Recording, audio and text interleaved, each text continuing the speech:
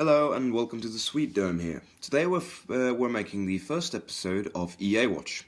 And EA Watch is going to be a series in which I point a spotlight to different gaming companies' tactics and what they're doing. You know, giving you at least some basic rundowns of the news, so that it gets a little bit easier for you, the individual, to you, the gaming individual, to know what to seek out, so to say. And EA Watch is not just gonna be on just EA and their disgusting practices, but it's also going to be about Bethesda. It's going to be about anyone that tries to basically screw over gamers. So let's begin. This one is going to be about an interview that EA's CEO just did a couple of days ago. And EA CEO is, of course, Andrew Wilson. Now, Andrew Wilson has a superpower, and that is to sound as, while being entirely human, I think, still managing to sound like a robot, a PR-speaking robot. But anyway, he did an interview at EA, at the E3, in which I found, well, it's full of a bunch of just PR speak. It isn't really that good. But if you want to read it, which I do recommend, it doesn't take that long, and while it isn't particularly interesting in and of itself, it does give you an insight in what EA wants for the gaming industry, even if they're incredibly vague about it. Well, if you want to read it, you can find it at gamedaily.biz. If you just type EA into the search bar, it should be one of the first one that comes up there. So, the interview starts off with Battlefront 2 to be more specific. And while they do admit some wrongdoing, not wrongdoing, they admit some faults in it. He says, "It had a little problems with progression." And while that is probably the most minimalizing thing I've ever heard coming out from a game company, it is technically true. There were a lot of problems with progression in Battlefront 2. There was also a bunch of problems with EA's disgusting money-grubbing tactics, of course. But why would they mention that? That wouldn't be particularly favorable to the EA staff. After that, he goes on and talks a bit about EA's company culture, their culture, in which I mentioned, at least, that these people have lost their way. They really do not remember what it's like to be a gamer.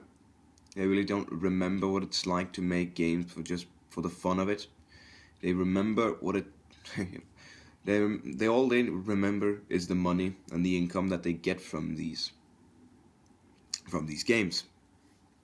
Now, they talk a lot about this. It's mostly just PR speak of, oh, we're nice people, we're good people, don't fault us too much, we're just normal people, which I don't buy in the slightest. They're a company of over 10,000 employees. Of course that of course there'd be a culture at that point, but it doesn't excuse what they do. It doesn't excuse the fact that they keep giving us these money-grubbing games, and which we're going to be coming to later, mind you, which is, of course, the Madden and the FIFAs and the NHL and the basketball games, I think.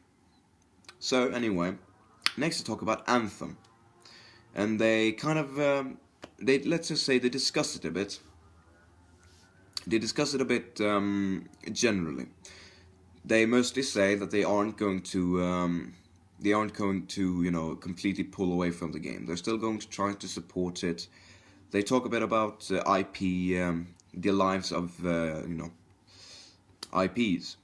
And he talks that maybe in 5 to 7 years, it isn't going to look the same.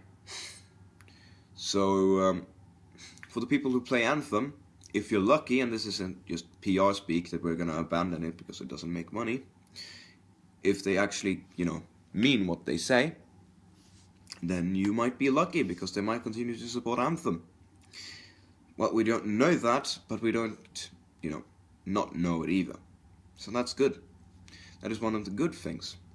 But he doesn't admit to any faults in this interview of why Anthem is what it is. Which is both BioWare's fault, mind you. This isn't just EA, this is BioWare. But it isn't just BioWare. BioWare was caught dicking around and wasting time and not deciding and not having any sort of leader figure that could head up a project, that could get all these disorganized thoughts into one thing. Now, but it isn't not EA's fault as well, because they were siphoning off the good developers and the good engineers. To what, you might ask? Well, what makes the most fucking money? The EA sports games. Yes, but not just the sports games, the Ultimate Team modes. Now, since I haven't made many videos, this is going to be my second real video. You might not know my dislike of these games, right? But I don't like them. They're basically the pinnacle example of everything that is wrong with the gaming world, which is mostly EA's fault. But it's also the sports gamers.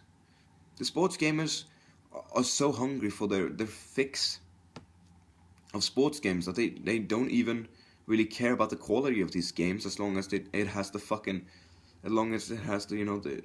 the guys kicking the balls, They don't care about new modes. Well, I'm sure they do, but EA, they make so much money off of this that there's no reason to. There's no reason to innovate. There's no reason to change. There's no reason to do anything. If it isn't broke, which in my opinion it actually is, but if it isn't broke and it makes money, even if it is broke, as long as it makes money, don't change it. So, they were siphoning off good developers to these Ultimate Team modes, so which left the Anthem team in an even worse spot than they were before. Now, at least he says that he's willing to bet on BioWare's success, right? He says that, like Spielberg. You'd be an idiot not to want to bet on the creator of Indiana Jones, right? Well, if we're being honest with ourselves, is BioWare really the BioWare that we fell in love with anymore? I know that might seem cynical, but are they really? Because I'm not sure about that. I'm not sure about that in the slightest. Because BioWare has changed a lot. Could you really say that, Dragon Age Inquisition really looks like, the original Dragon Age Origins? Can you really say that the new Mass Effect really reflects the old Mass Effect, the reason why we fell in love with it, which is both great gameplay, which I think the new Andromeda had. I think it had a lot of good gameplay. The gunplay was smooth, although the enemies were incredibly bland, and for Andromeda, an entirely new galaxy, it was just very non-imaginative. Well, anyway, and the story was not good in my opinion. I haven't been able to force myself through all of it. Not because it was difficult, just because I didn't like the characters, I didn't like the story, I didn't like the dialogue, and of course the stupid fucking, the all too criticized facial motions and the animation, which in my opinion at least is one of the less important parts of that game. Well, anyway, the reporter goes to say, and I quote now, "Part of the allure of Ultimate Team modes in FIFA, Madden NFL, and NHL is a smart synergy between physical sports trading cards and virtual card pack paradigm." Now that is complete and utter bullshit, because Ultimate Team does not have value. It doesn't. All these little cards, all these little players, they have no value at all. You're buying a piece of software. You're basically just renting a piece of software for that year. Because you can't trade it, you can't sell it, you can't store it and, have it increase in value. It's just a piece of software. It doesn't have any intrinsic value in the slightest. And as quickly as when the new game comes, that is utterly worthless. And it's such a disgusting mode. It may be smart for EA, but it isn't good for us. Because it doesn't encourage, it doesn't encourage innovation in EA sports games. It doesn't encourage any good behavior from any other, developers or publishers. No. What it is, and what it's good for, and what it will always be good for, is siphoning off money from people who do not know how to hold on to their money. People with gambling addictions. People who are impulsive. Kids with their mother's credit cards. Those people. You're exploiting those people. That's what Ultimate Team ultimately is. That's all it is. Just a way to shake us, to hold us by the legs and shake us for our last dime and quarters, for our last fucking pennies. That's what it is. Now, after that, it's mostly, in my opinion, a bunch of PR jargon. They talk about a bit of the future in video games, a bit of game as a service, which I do not take seriously in the fucking slightest. But I still would recommend that you go and read it. Because EA is one of the biggest front runners. They're one of the biggest companies. I would really recommend you go and read it. Because even though, if you can filter through the PR speak, and if you can filter through the bullshit, and if you can filter through all of that stuff, if you can just separate the text from the undertones, you can find what they want for the future. And EA's vision for the future is not good. They don't want us to own games anymore. They want us to rent games from them. Like a fucking mob, like a bloody mob boss, You don't own this property. You rent this property from us.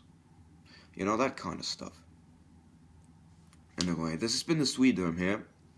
And companies beware. Because I've officially started EA Watch now. Anyway, have a good day. And good luck, gamers.